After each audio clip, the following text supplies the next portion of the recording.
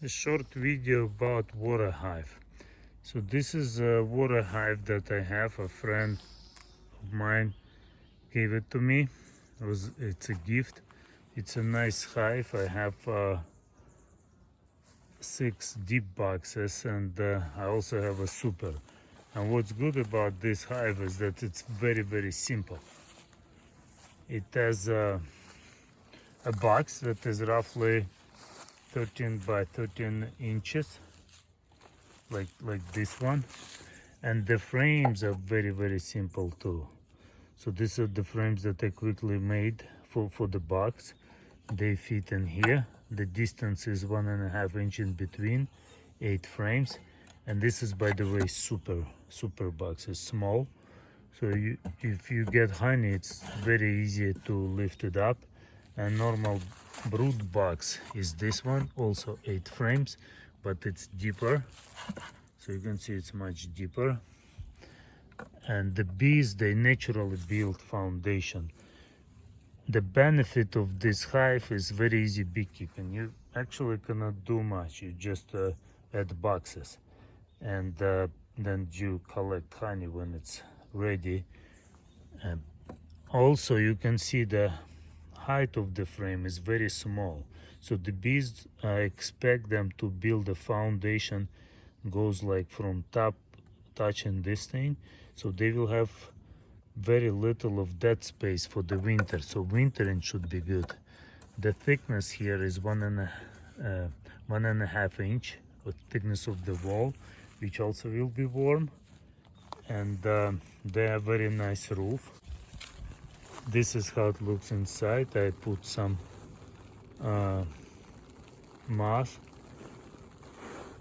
and it has this canvas.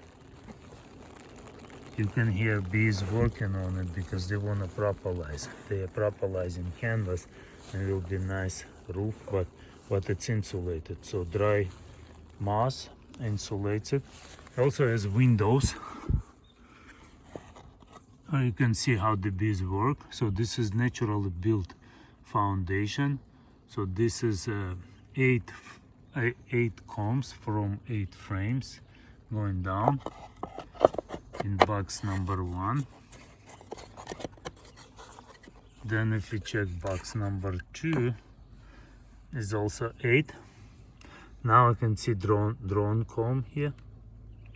They're building drone comb. And then the box number 3 is right here, so they're starting to work on it. So the bees populated this box from a swarm. I had a swarm that populated this box, and they're starting to work. The negative side is that is actually normally you increase boxes from the bottom, not from the top but from the bottom. That means you have to lift up all of these 3 boxes or 4 boxes or 5 boxes simultaneously. For right now it's probably not too heavy because it's just maybe 10-day-old swarm, but in the future it might be. I'd like to build something to use a jack, some clamps to lift it up and insert the bottom box. So for now my plan is to lift it up and put some of those boxes in here and then assemble it back. That's my plan. Hopefully I'll be able to do it. So the entrance is wide right now, and you can see these bees are working.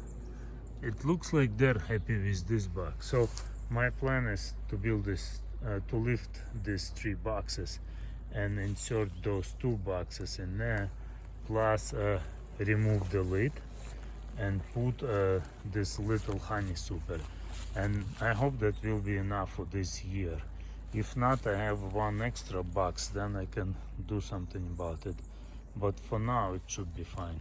So this wasn't too bad. It was heavy but not too heavy. So right now I have 5 deep boxes on it. These 5 deep boxes, 1, 2, 3, 4 or 5 tip boxes, and the bees are working on it. And the reason why I did it, it's getting warmer and blackberries are coming, so they can stack it with honey really fast. So I rather decided to make it bigger now versus they will be overpopulated and won't collect the honey, because in the worst case, if they don't get much in the bottom box, I can remove it. I will be able to remove it, but it looks like they have enough room. Then later what I can do, I can put this little super. Once I see they are okay, I put that little super. I will insert it right here. And also they have these shims.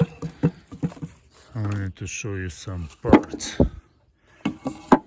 So these are feeders, but this is the shim. So when it will be active blackberry blooming, I put this shim and then the super.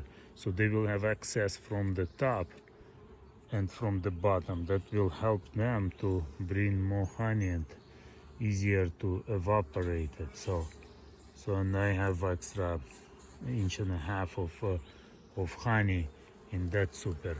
Hopefully they will get honey and I will have something to collect. But the good thing is it will be totally natural.